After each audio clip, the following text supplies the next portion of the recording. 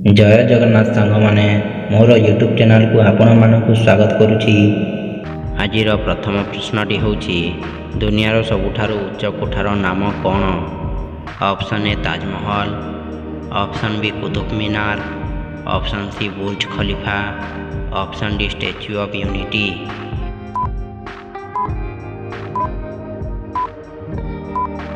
ଏହାର ଉତ୍ତରଟି ହେଉଛି ଅପସନ୍ ସି ବୁର୍ଜ ଖଲିଫା।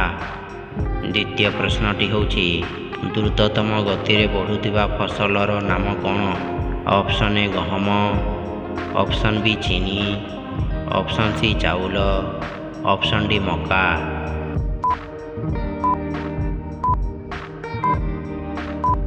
ଏହାର ଉତ୍ତରଟି ହେଉଛି ଅପସନ୍ ଏ ଗହମ। ତୃତୀୟ ପ୍ରଶ୍ନଟି ହେଉଛି, କେଉଁ ଦେଶରେ ସର୍ବନିମ୍ନ ଭୂକମ୍ପ ରହିଛି? ଅପସନ୍ ଏ ନେପାଳରେ, ଅପସନ୍ ବି ଭାରତରେ, ଅପସନ୍ ସି ଭୁଟାନରେ, ଅପସନ୍ ଡି ଜାପାନରେ। ତେବେ ଫ୍ରେଣ୍ଡସ୍, ଆପଣଙ୍କୁ ଯଦି ଭିଡ଼ିଓଟି ଭଲ ଲାଗିଥିବ ତାହେଲେ ଗୋଟେ ଲାଇକ୍ କରିକି ଆମକୁ ସପୋର୍ଟ କରନ୍ତୁ। ଏହାର ଉତ୍ତରଟି ହେଉଛି ଅପସନ୍ ଡି ଜାପାନରେ। ଚତୁର୍ଥ ପ୍ରଶ୍ନଟି ହେଉଛି, କେଉଁ ଗ୍ରହରେ ହୀରାର ବର୍ଷା ହୁଏ? Option A Shani, option B Mangal, option C ବୁଧ, ଅପସନ୍ ଡି ୟୁରାନସ୍।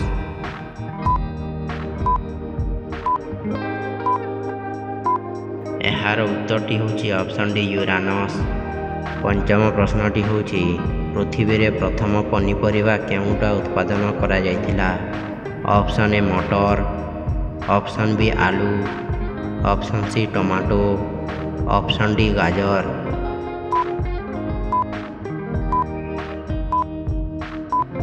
ଏହାର ଉତ୍ତରଟି ହେଉଛି ଅପସନ୍ ଏ ମଟର।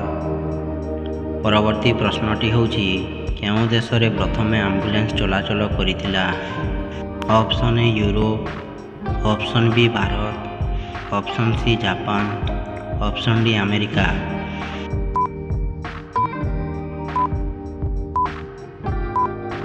ଏହାର ଉତ୍ତରଟି ହେଉଛି ଅପସନ୍ ଏ ୟୁରୋପ। ପରବର୍ତ୍ତୀ ପ୍ରଶ୍ନଟି ହେଉଛି, କେଉଁ ଦିନ ଜାତୀୟ କ୍ରୀଡ଼ା ଦିବସ ପାଳନ କରାଯାଏ?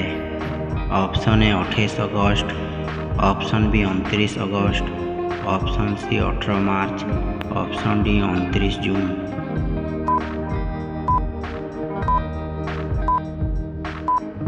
ଏହାର ଉତ୍ତରଟି ହେଉଛି ଅପସନ୍ ବି 29 ଅଗଷ୍ଟ।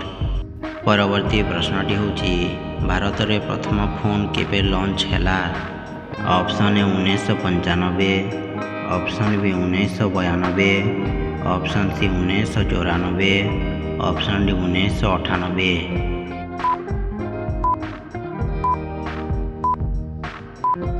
ଏହାର ଉତ୍ତରଟି ହେଉଛି ଅପସନ୍ ଏ 1995। ପରବର୍ତ୍ତୀ ପ୍ରଶ୍ନଟି ହେଉଛି, କେଉଁ ଦେଶକୁ ଚେସ୍ ଖେଳର ଜନ୍ମସ୍ଥାନ କୁହାଯାଏ? Option A Japan, option B Bharat, option C ଚୀନ, ଅପସନ୍ ଡି ଇଂଲଣ୍ଡ।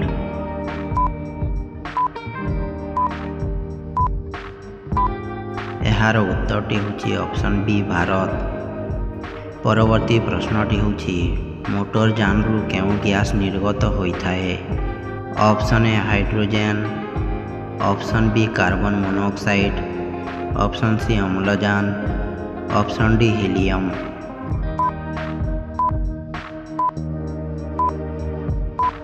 ଫ୍ରେଣ୍ଡସ୍, ଏହାର ଉତ୍ତରଟି ଜାଣିବା ଆଗରୁ ଆପଣଙ୍କୁ ଯଦି ଭିଡ଼ିଓଟି ଭଲ ଲାଗିଥିବ ତାହେଲେ ଗୋଟିଏ ଲାଇକ୍ କରନ୍ତୁ, ସେୟାର କରନ୍ତୁ, ଆମ ଚ୍ୟାନେଲକୁ ସବସ୍କ୍ରାଇବ୍ କରନ୍ତୁ। ଏହାର ଉତ୍ତରଟି ହେଉଛି ଅପସନ୍ ବି କାର୍ବନ ମୋନୋକ୍ସାଇଡ୍।